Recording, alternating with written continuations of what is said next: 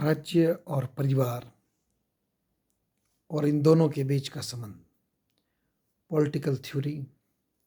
और politics as activity का एक बहुत ही महत्वपूर्ण डोमेन रहा है।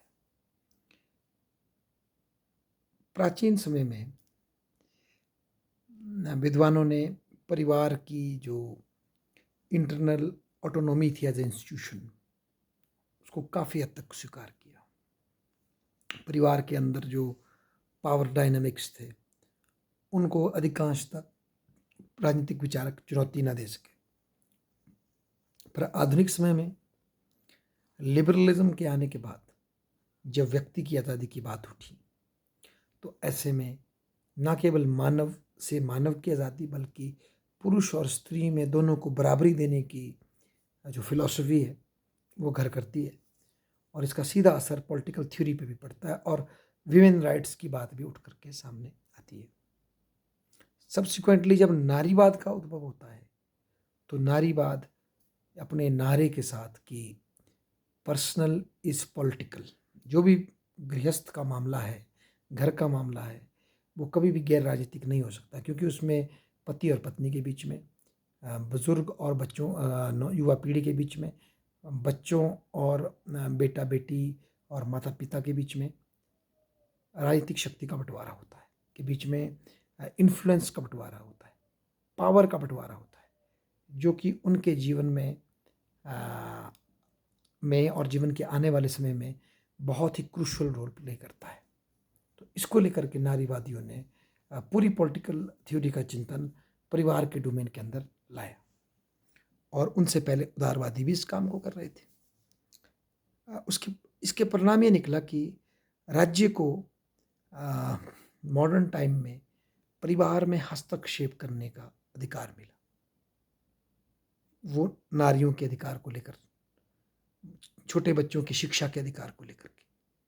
या घरेलू हिंसा की बात को लेकर के, स्त्रियों के संपत्ति के अधिकार को लेकर के राज्य पर क्लेम किए गए, और राज्य को फिर, क्योंकि वो पॉलिटिकल सिस्टम में फाइनल वैल्यूज़ खड़ी करता है जो कि सही और गलत का भेद करती है, राज्य को हस्तक्षेप करना पड़ा और राज्य हस्तक्षेप कर रहा है। अपने ही देश में देखें तो आज़ादी के बाद जो हिंदू कोड बिल आया और उसमें जो हिंदू सक्सेशन एक्ट पास हुआ, हिंदू रीमैरिज एक्ट पास हुआ, अभी हाल ही में जो ये ट्रिपल तलाक का कानून पास हुआ, इस तरह के जो कानून अब राज्य और बेटियों को संपत्ति का अधिकार और बढ़िया तरीके से दिया गया 2003 में भारत में। तो ये जो भी इस तरह की जो ये असर्शंस हो रही हैं, राज्य से जो डिमांड हो रही हैं, ये बेसिकली परिवार और राज्य के रिश्ते को रिडिफाइन कर रही है। और रिसेंटली जो ये LGBT का जो प्रोटेस्ट भारत में चल रहा है, और सुप्रीम कोर्ट जो सेम सेक्स मैरिज को जस्टिफिकेशन पर चर्चा कर रहे हैं, यदि इसको सुप्रीम कोर्ट इसके पक्ष में निर्णय देता है और हमारी विधान पालिका भी इसको स्वीकार कर लेती है, तो फिर बेसिकली राज्य जो है वो परिवार की डेफिनेशन में एक नई ट्रांसफॉर्मेशन लाएगा, और जो अब तक दो स्त्री और पुरुष के बीच का रिश्ता समझा जाता था परिवार का बेस,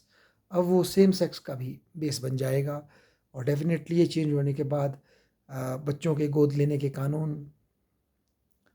और उत्तराधिकार के कानून और इस तरह की व्यवस्थाओं में भी काफ़ी परिवर्तन आ सकता है। तो यहाँ से फिर साबित हो रहा है जो लेटेस्ट ये जो सेम सेक्स मैरिज का की लीगलिटी पर जो सुप्रीम कोर्ट चर्चा कर रहे हैं हमारे, इससे स्पष्ट दिखता है कि कहीं ना कहीं कंपीटिंग जो ग्रुप होते हैं जो परिवार में अपने डोमेन के लड़ रहे हैं या परिवार के दर्जे को रिडिफाइन करने के लड़ रहा है, वो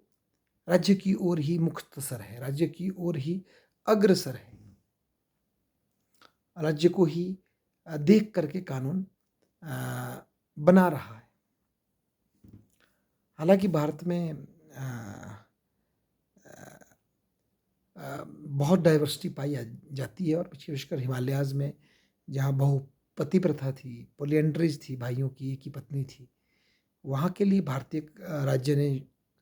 एक अलग से थोड़ा ब्रॉडर पर्सपेक्ट बना के रखा था, ताकि उस परंपरा और परिवार का जो राज्य का डोमिनेंट पर्सपेक्टिव है, प्यार लीगल पर्सपेक्टिव है परिवार के ऊपर, उसमें कोई दिक्कत ना आए।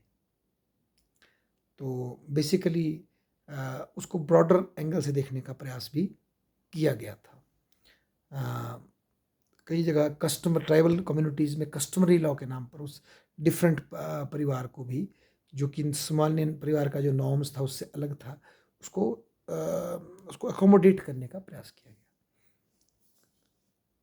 हालांकि over the period of time जो पुराने विविध प्रकार के परिवार थे उनमें अब एक समरूपता आ रही थी, परंतु ये जो लेटेस्ट सेम सेक्स मैरिज का जो ये कानून का जो प्रश्न उठा है, यदि ये कामयाब होता है तो परिवार की जो बेसिक अंडरस्टैंडिंग है वो बदलेगी और उसके बदलने में राज्य का बड़ा योगदान होगा। तो इस आधार से हम ये कह सकते हैं कि राज्य जो है वो परिवार के अंदर हस्तक्षेप करता है, और उसका हस्तक्षेप फाइनल होता है, मतलब बाद में आता है, उससे पहले पॉलिटिक्स परिवार के इंस्टीट्यूशन को डिफाइन करने का प्रयास करता है, चाहे फिर वो महिला और पुरुष के बीच का अधिकार हो, उन दोनों को जो परिवार में रोल दिए गए हैं उस पर अधिकार हो, प्रॉपर्टी संबंधी जो पावर गेम है उसका अधिकार हो, बेटा और बेटी के साथ जो रिश्ते पेरेंट्स के बनते हैं उसके संबंध में जो व्यवस्था हो, इन सब कॉन्टेक्स्ट में पॉलिटिकल एक्टिविटी पहले इंटरफेयर करती है, पॉलिटिकल नॉर्म्स पहले इंटरफेयर करते हैं, और उसके बाद जब कोई सेक्शन एक सर्टन लेवल ऑफ कम्युनिकेशन और पावर प्राप्त कर लेता है तो फिर उसको लागू कर दिया जाता है, और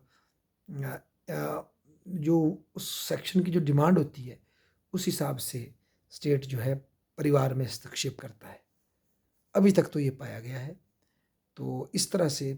political theory, basically modern time में पॉलिटिकल थ्योरी का डोमेन एक्सपेंड हुआ है। पॉलिटिकल थ्योरी कई ऐसी स्पेसिस में घुसी है जहाँ पहले उसका डोमेन नहीं था। तो मिडिवल समय में विशेषकर और एंशिएंट समय में पॉलिटिकल थ्योरी यूजुअली डिस्कोर्स जो है वो परिवार को अवॉइड करता था, उसको एज अ गिवन लिया जाता था। पर मॉडर्न टाइम में जो नई बेटर अंडरस्टैंडिंग डेवलप हुई है, ज़्यादा ह्यूमनिस्टिक अंडरस्टैंडिंग डेवलप हुई है, उससे परिवार का जो फाटक है वो पॉलिटिकल एक्टिविटी के लिए और पॉलिटिकल नॉर्म्स और पॉलिटिकल थ्योरी की जजमेंट के लिए ओपन हुए हैं। Thank you.